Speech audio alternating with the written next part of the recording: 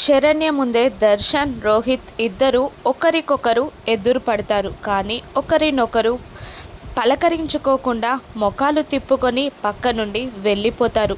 జరిగిన గొడవలు ఇద్దరి మనసుల్లో నిలిచిపోతాయి.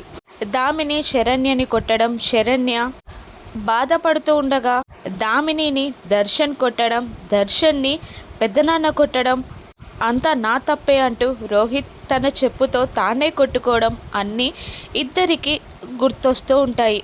ఇద్దరు మొహమాటం వీడలేక, మనసులో గిల్టీ ఫీలింగ్ చంపుకోలేక సైలెంట్గా ముఖాలు తిప్పుకొని వెళ్ళిపోతారు. ఇది గమనించిన శరణ్య వీళ్ళిద్దరిని ఎలాగైనా కలపాలి అని ప్లాన్ చేస్తుంది. ఇక తన రూమ్లో ఉన్న రోహిత్ దగ్గరికి వెళ్తుంది. బావగారు, మీ లగేజ్ అంతా రూమ్లో పెట్టించాను, ఒక్కసారి చెక్ చేసుకోండి అని అంటూ ఉంటుంది శరణ్య. అలాగే శరణ్య అంటూ లోపలికి వెళ్తాడు రోహిత్. ఇక పరుగున వచ్చి దర్శన్తో ఇలా చెప్తూ ఉంటుంది శరణ్య.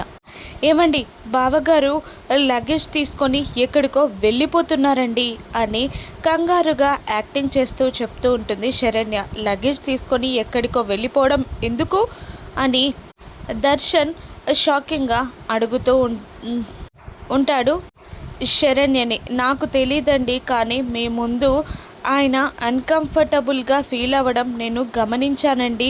బావగారు వెళ్ళిపోతున్నారండి అని అబద్ధం చెప్పేస్తుంది శరణ్య.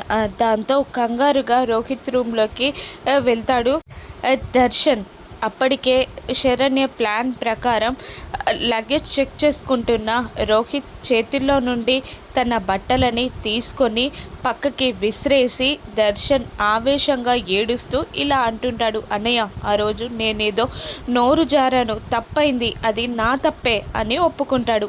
తప్పులో కూడా కాస్త నిజం ఉంది కదరా అని రోహిత్ అంటూ ఉండగా, నిజం లేదు, నిమ్మకాయ లేదు, నువ్వు ఎక్కడికి వెళ్ళడానికి వీల్లేదు, నిన్ను వదిలిపెట్టి నేను ఉండలేనన్నయ్య అంటూ రోహిత్ని గట్టిగా హక్ చేసుకుంటాడు దర్శన్ అలా చేయడంతో అవాక్కైన రోహిత్, నేనెక్కడికి వెళ్తున్నాన్రా అంటూ గుమ్మం వైపు చూడగా, నేనే ఇదంతా చేశాను అన్నట్టు సైగ చేస్తూ కళ్ళార్పుతుంది Saranya.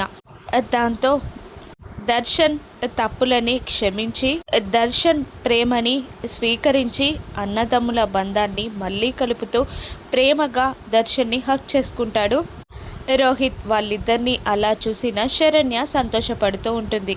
Thank you for watching.